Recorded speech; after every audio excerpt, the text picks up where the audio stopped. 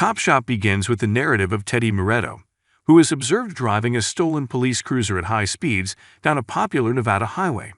While driving, he appeared anxious and terrified, as if someone was after him. Unfortunately, as he drove across the desolate and sandy road, the automobile broke down in the middle of the road. As a result, he had to continue wandering toward the Nevada border, while carrying a suitcase containing money and vital documents stolen from his client. Meanwhile, near the Nevada border, two police officers were observed chatting. Valerie Young, a young cop, receives a gun as a gift from her employer Coleman. She tried out her new gun with shrewd cowboy-style hand movements.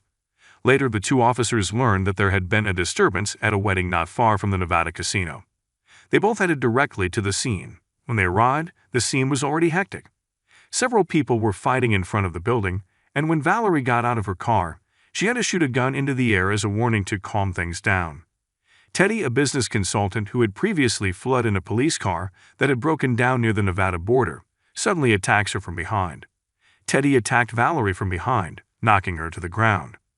Valerie's partner eventually pointed a gun at Teddy, who lifted his hands in surrender. Valerie then shoots an electric rifle at Teddy, incapacitating him. Valerie later took him to the police station and charged him with assault. During the arrest, a hitman named Bob was seen looking at Teddy from a distance.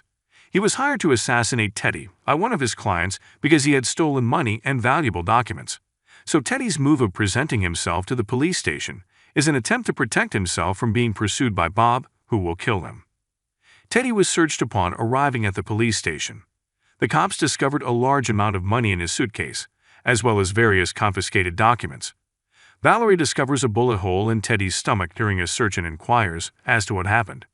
Teddy, on the other hand, prefers not to speak. Teddy was then thrown in a detention cell at the back of the police station. He was confined alone in a cell and did not interact with the other detainees. Meanwhile, in another room, Coleman, Valerie's supervisor, received a phone call informing him that his coworkers had been hit by a high-speeding car. The car was being driven by a really drunk person. Finally, his men drove the inebriated man to the police station and imprisoned him with another drunk convict in a prison cell. The intoxicated man turns out to be Bob, the assassin who is chasing Teddy and going to kill him. Bob intentionally gets intoxicated and collides with the police, resulting in him being imprisoned alongside Teddy. When Teddy meets Bob in his front cell, he discovers that Bob is a hitman who is after him. Then, to avoid killing him, he offers him twice as much as his customer pays. However, Bob, a skilled assassin, clearly rejects the offer and will continue his quest to kill Teddy. Bob's cellmate, a drunken prisoner, appears to have returned to his senses. The convict did not appreciate sharing a cell with other individuals and began mocking Bob. The prisoner is unaware that the guy in the cell with him is a highly dangerous assassin. At precisely noon, Bob was able to knock his cellmate down with a fast and lethal movement, causing him to spew blood. Bob purposefully caused mayhem in order to draw the authorities to his cell. When Coleman, the police station's boss, heard the alarm go off, he went straight in to investigate. He went in and examined Bob's cellmate, who lay asleep in his cell. Coleman, who was stooping over to check on the issue, was suddenly grabbed from behind by Bob, who managed to take the revolver tucked into his waistband. Bob instantly leveled his gun toward Teddy and fired repeatedly as a target to finish him off. Fortunately, Teddy was able to jump and hide beneath the bed. Valerie interrupted Bob's plan to kill Teddy by abruptly pointing a gun at him. Valerie threatens to shoot Bob in the head if he assaults. Bob submitted, and his hands were tied to the iron bars of the cell. Then Valerie assisted Coleman and the convict in the same cell as Bob in being brought to the healthcare room. Valerie rushed back into the jail to question Bob and Teddy. Initially, they both kept their tongues shut. However, Teddy was obliged to speak up after Valerie threatened to place him in the same cell with Bob. Teddy's confession reveals that he is an expert consultant, whose customers include the wealthy, officials, and the mafia. However, in the course of his profession, he commits numerous acts of fraud and steals precious assets and money from his clients. As a result, he is now the target of numerous assassins. Valerie's acute eyes quickly focused on Bob, who was sitting on the floor with one hand in handcuffs. Teddy then went on to say that before being imprisoned in his current location, he turned himself in at a Nevada police station. However, there are a number of crooked cops that take him to a desert in Nevada and kill him because they are chasing the stolen money that he got from his customer. Fortunately, when he was ready to be executed, the FBI arrived, resulting in a gunfight between corrupt Nevada cops and the FBI. He manages to flee in a police car when the situation becomes severe. His escape occurs at the beginning of the film. Valerie took the initiative to contact her colleague police officer, Detective Dina Shear, who worked at the Nevada border, to verify Teddy's statement. She questioned Detective Dina Shear if there had been a shootout between police and FBI at the Nevada border, as Teddy had claimed. Valerie, on the other hand, has no idea that the policewoman is one of the corrupt cops out to find Teddy. So when Valerie inquired about the shooting case, Detective Dina Shear lied. Valerie then asked one of her police colleagues, Officer Kimball, to look up Bob's information in the police database. In addition to uncovering Bob's Hitman profile, Officer Kimball discovered the profile of another assassin, Anthony, on the computer screen. Anthony is well known as a vicious psychopath who is willing to slaughter his victims without compassion. At the same moment, a balloon delivery man was spotted entering the police station. Unfortunately, Officer Kimball was a bit slow to realize that the balloon delivery man standing in front of him was Anthony, the assassin whose profile was available on his computer screen. Unexpectedly, Anthony discharged a gun at the officer's face, and Officer Kimball was murdered instantly. He then opened fire on all the cops that arrived. Unfortunately, upon entering the room, all of the police were unaware of what had occurred. They were unprepared to face Anthony because he moved like lightning, grabbing a gun and shooting at them. Valerie entered the room shortly after and warned Anthony to lower his revolver. Anthony instantly fired a round at Valerie, refusing to speak. Valerie jumped, entered the prison cell, and locked the door for safety. Valerie is in a prison cell with Teddy and Bob. The closed jail door turned out to be bulletproof, thus Anthony was unable to burst through it despite firing a volley of gunshots at it. Valerie was able to enter the prison cell. However, the gun fired by Anthony earlier severely damaged her stomach. She sat limply on the floor, looking at Bob and Teddy.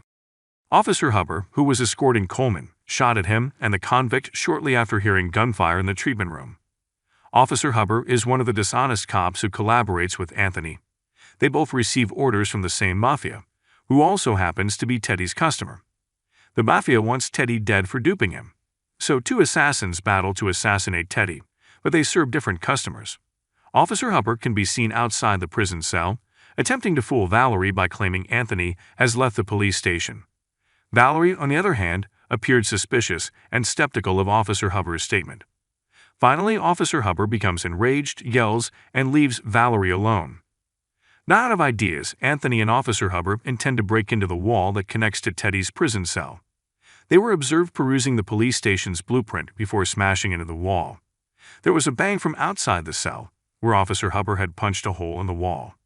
Meanwhile, in the prison cell, Teddy tries to persuade Valerie to release him on the condition that he find the medicine she requires to treat her stomach.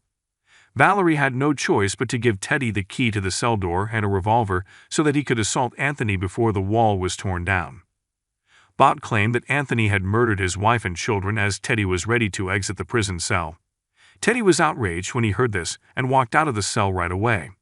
Officer Hubbard was spotted attempting to break into a wall in another area, as Anthony sat and observed.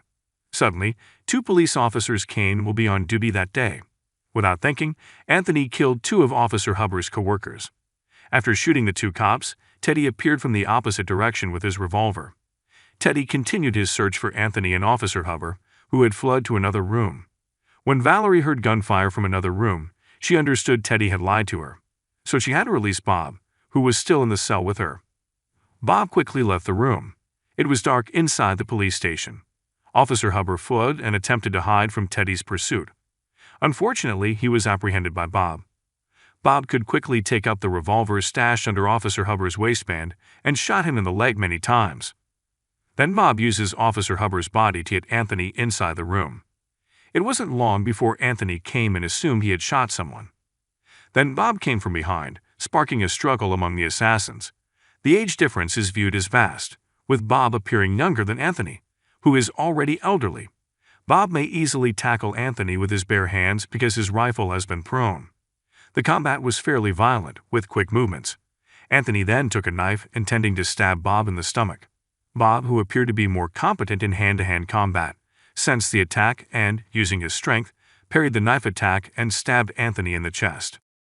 Just as Bob was ready to finish Anthony, Teddy appeared and fired a revolver at him. Bob fled, abandoning Anthony, who was dying. Then Teddy approached Anthony and fired a powerful shot. Teddy soon began pouring liquid gasoline into the room, attempting to create a fire. Then, unsteadily, he entered the kitchen. Valerie enters in the kitchen and informs Teddy that he will be arrested by the FBI if he attempts to flee. When Teddy heard this, he grew agitated and hurled a jerry can of gasoline at Valerie. Fortunately, Valerie was able to jump and flee upstairs, and Teddy after her. Unfortunately, Valerie, who is skilled with a rifle, can shoot directly at Teddy's chest. The man tripped and fell upon the basement cupboard. However, when Valerie arrived to check on Teddy's condition, a policewoman named Detective Dina Shear, Valerie's partner, approached and shot her. The detective is one of the crooked cops that previously targeted Teddy during a gunfight with the FBI near the Nevada border.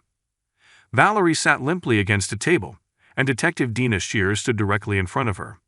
Detective Dina was armed with a long rifle and ready to shoot on Valerie. Luckily, Bob arrives to save Valerie and shoots the female detective right away. Then Bob approached Teddy, who was already limp and unable to move. Bob continues his attempt to kill Teddy by shooting the poor man twice. Then he hurried away with Teddy's things, which had previously been confiscated by the police. At the same time, when he left in a car, the FBI arrived at the police station.